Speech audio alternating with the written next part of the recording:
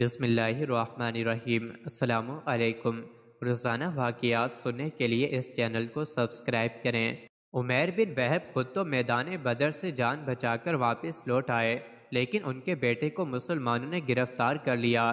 عمیر کو اس بات کا اندیشہ تھا کہ مسلمان اس کے نوجوان بیٹے کو باپ کے جرم کی پاداش میں سخت ترین سزا دیں گے، کیونکہ اس کا باپ رسول اکرم صلی اللہ علیہ وآلہ وسلم اور آپ کے صحابہ کرام رضی اللہ عنہم کو دردناک تکالیف پہنچاتا رہا ہے۔ ایک دن صبح کے وقت عمیر مسجد حرام میں طواف کعبہ اور بطان حرم سے برکت حاصل کرنے کے لیے آیا۔ وہاں کیا دیکھتا ہے کہ صفوان بن امیہ حطیم کی ایک جانب بیٹھا ہوا ہے۔ اس کے پاس آ کر کہنے لگا، آقائے قریش صبح بخیر۔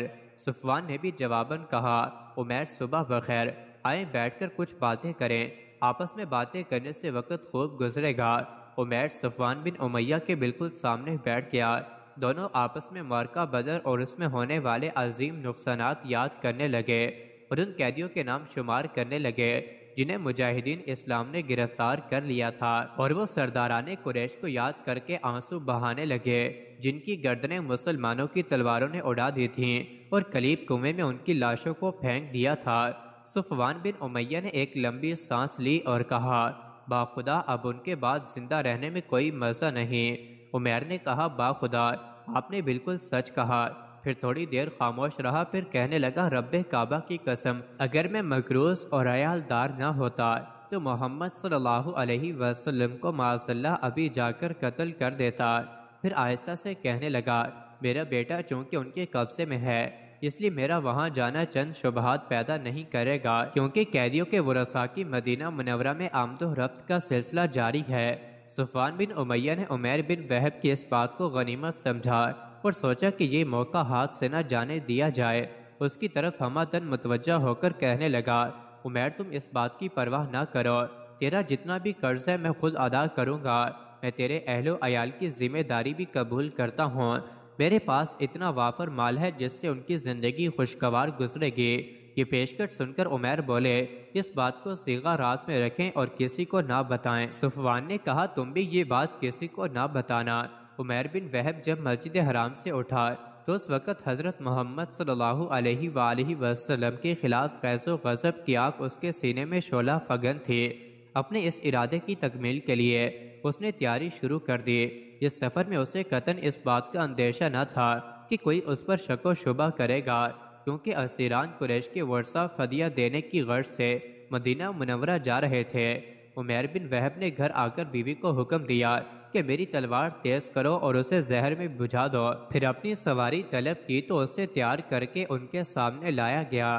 یہ سوار ہو کر اپنے مشن کی تکمیل کے لیے غیظ و غضب کا طوفان اپنے سینے میں چھپائے ہوئے مدینہ کی طرف چل پڑا۔ عمیر بن وہب نے مدینہ منورہ پہنچ کر رسول اکرم صلی اللہ علیہ وسلم کی تلاش شروع کر دی۔ بالآخر مسجد نبوی کے قریب اپنی سواری سے اترا اور مسجد کی طرف چل دیا۔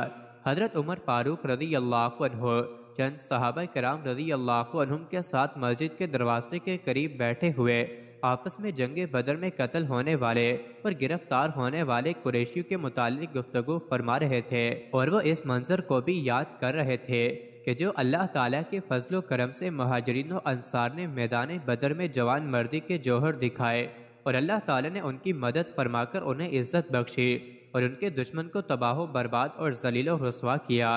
حضرت عمر رضی اللہ عنہ نے عمیر بن وہب کو دیکھا کہ وہ اپنی سواری سے اتر کے گلے میں تلوار لٹکائے مسجد کی طرف چلا آ رہا ہے۔ یہ گھبرا کر اٹھے اور فرمایا، ارے یہ کمینہ دشمن خدا عمیر بن وہب ہے، اللہ کی قسم یہ کسی برے ارادے سے آیا ہے، اس نے مکہ میں مشرکین کو ہمارے خلاف بھڑکایا تھا، بدر سے پہلے یہ ہمارے خلاف جاسوسی کرتا رہا ہے۔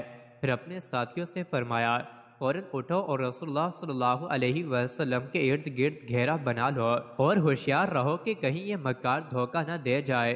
یہ کہہ کر حضرت عمر رضی اللہ عنہ فوراً نبی کریم صلی اللہ علیہ وآلہ وسلم کے پاس پہنچے اور عرض کی، یا رسول اللہ صلی اللہ علیہ وآلہ وسلم، یہ دشمن خدا عمیر بن وہب گلے میں تلوار لٹکائے آپ کی طرف آ رہا ہے، میرے خیال میں اس کا ارادہ اچھا نہیں، یہ کسی شرارت کی غرض سے آیا ہے۔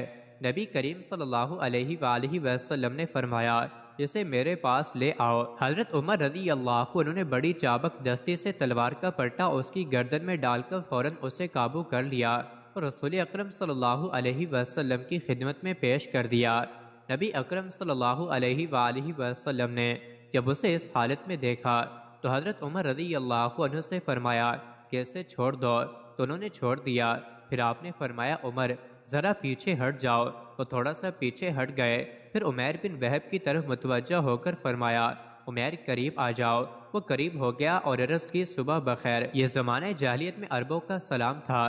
رسول اللہ صلی اللہ علیہ وآلہ وسلم نے فرمایا عمیر اللہ تعالیٰ نے ہمیں تم سے بہتر سلام کا طریقہ بتا کر ہمیں عزت بخشی ہے۔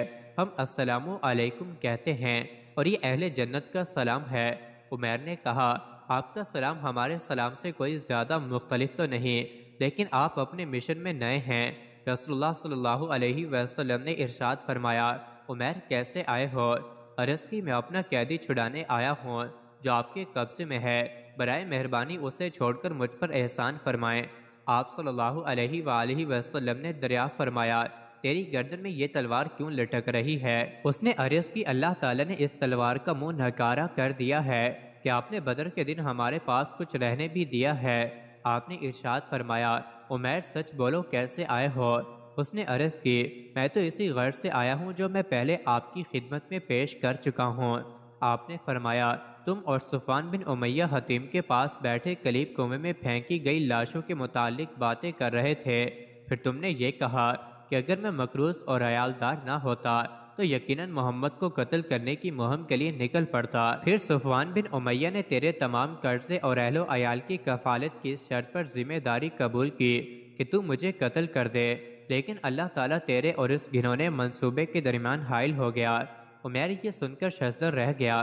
پھر تھوڑی دیر سوچنے کے بعد پکار اٹھا میں گواہی دیتا ہوں کہ آپ اللہ کے رسول ہیں یا رسول اللہ صلی اللہ علیہ وآلہ وسلم۔ جب آپ ہمیں آسمانی خبریں بتلایا کرتے تھے تو ہم انہیں تسلیم نہیں کرتے تھے۔ ہمارا خیال تھا کہ آپ پر کوئی وحی وغیرہ نازل نہیں ہوتی، لیکن صفوان بن امیہ اور میرے درمیان ہونے والی گفتگو کا تو ہمارے علاوہ کسی کو علم نہ تھا۔ اللہ کی قسم اب مجھے یہ یقین حاصل ہو گیا ہے کہ یہ خبر اللہ تعالیٰ نے آپ کو دی ہے۔